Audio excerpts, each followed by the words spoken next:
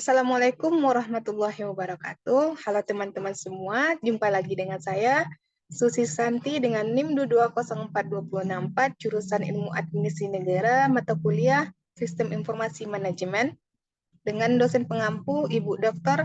Nora Eka Putri, SIP, MSI. Nah, kali ini saya akan menjelaskan pertemuan 4, yaitu perangkat pendukung informasi manajemen.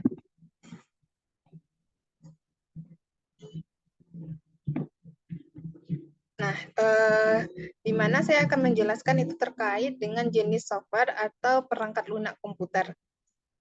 Nah, perangkat lunak komputer atau software adalah bagian penting dari sistem komputer yang memungkinkan hardware untuk berfungsi dan melakukan tugas-tugas tertentu.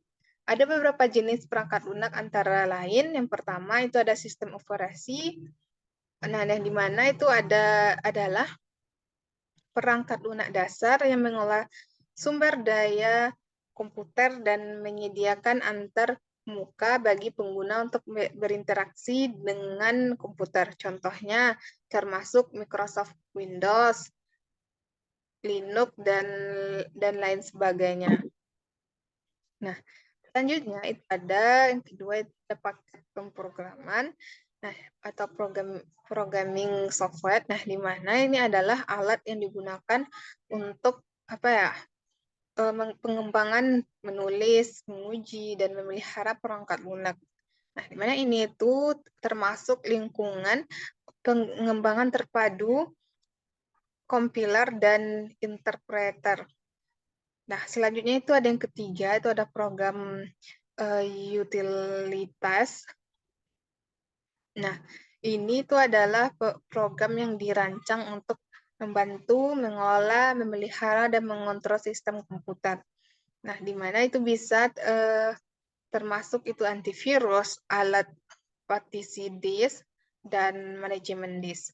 Nah, yang terakhir itu ada program aplikasi atau application software. Nah, di mana ini adalah perangkat lunak yang digunakan untuk memenuhi kebutuhan spesifik pengguna seperti pengelolaan kata, riset, dan aplikasi perbankan. Nah, yang kedua itu ada bahasa pemrograman. Nah, bahasa pemrograman ini adalah alat yang digunakan oleh programmer untuk memberikan instruksi kepada komputer. Nah, bahasa ini terdiri dari sintak dan aturan yang memungkinkan komunikasi antara manusia dan mesin. Berikut adalah beberapa poin penting mengenai bahasa pemrograman. Yang pertama itu ada fungsi. Nah, di mana fungsi ini adalah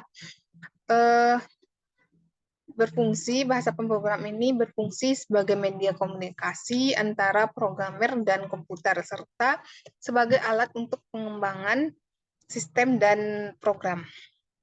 Nah, yang kedua itu ada jenis. Ada pembagiannya. Yang pertama itu ada bahasa pemrograman tingkat rendah. Nah, di mana tentu termasuk bahasa mesin dan bahasa assembly yang lebih dekat dengan instruksi hardware. Nah, yang kedua itu ada bahasa pemrograman tingkat menengah. Nah, ini juga berfungsi sebagai penghubung antara bahasa tingkat rendah dan tinggi. Nah, yang ketiga itu ada bahasa pemrograman tingkat tinggi, lebih mudah dipahami oleh manusia dan biasanya lebih abstrak dari detail hardware seperti Python, Java, dan C++. Nah, yang ketiga itu ada metode. Nah, juga ada pembagiannya atau ada compiler, di mana ini bertujuan untuk menerjemahkan seluruh kode sumber menjadi kode mesin sekaligus sebelum eksekusi. Nah, yang kedua itu ada interpreter, di mana ini bertujuan untuk menerjemahkan kode sumber menjadi kode mesin secara baris per baris saat eksekusi. Nah, juga ada contoh bahasa pemrograman, gitu JavaScript, Python, SQL, Java, C++, PHP, dan banyak lagi lainnya.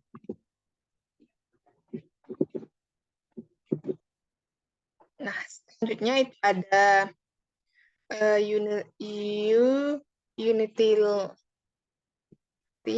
software. Nah, perangkat lunak utilitas atau utility software adalah jenis perangkat lunak yang dirancang untuk membantu penggunaan mengolah, memelihara, dan mengoptimalkan sistem komputer mereka. Perangkat lunak ini mencakup berbagai alat dan aplikasi yang melakukan tugas-tugas tertentu untuk meningkatkan kinerja, keamanan, dan fungsionalitas sistem komputer. Berikut adalah beberapa contoh dan penjelasan tentang perangkat lunak utilitas. Nah, yang pertama itu ada antivirus. Nah, di mana perangkat lunak ini digunakan untuk melindungi komputer dari virus. Ini juga mendeteksi virus, memberitahu pengguna mengambil tindakan untuk mengamankan komputer. Contoh dari perangkat lunak antivirus itu termasuk Windows, Defender, atau lain sebagainya. Nah, yang kedua itu ada alat manajemen file. Nah, di mana perangkat lunak ini digunakan untuk mengelola file yang disimpan dalam sistem file. Nah, ini juga dapat digunakan untuk mengelompokkan file. Contohnya dari alat manajemen file termasuk itu file manager di Windows dan MacOS Finder. Nah, yang ketiga itu ada alat manajemen disk. Nah, disk management ini merupakan utilitas yang pertama kali diperkenalkan di Windows XP sebagai pengganti perintah fdisk. Ini memungkinkan pengguna untuk melihat atau mengolah drive disk yang terpasang di komputer mereka dan partisi yang terkait dengan drive tersebut. Selanjutnya, yang keempat itu ada sistem pendukung manajemen. Nah, di mana ini adalah kumpulan teknologi komputer yang mendukung pekerjaan manajerial, terutama dalam pengambilan keputusan. MSS menyediakan informasi yang relevan dan tepat waktu untuk membantu manajer membuat keputusan yang lebih baik. MS adalah sistem yang dirancang untuk meningkatkan efektivitas pengambilan keputusan manajerial melalui penggunaan data, model analitis, dan teknologi informasi. Nah, di sini juga ada itu komponen utamanya, ada data, model, teknologi. Nah, data ini adalah informasi yang digunakan untuk analisis dan pengambilan keputusan. Nah, sedangkan model ini adalah alat analitis yang membantu dalam memahami data dan membuat prediksi.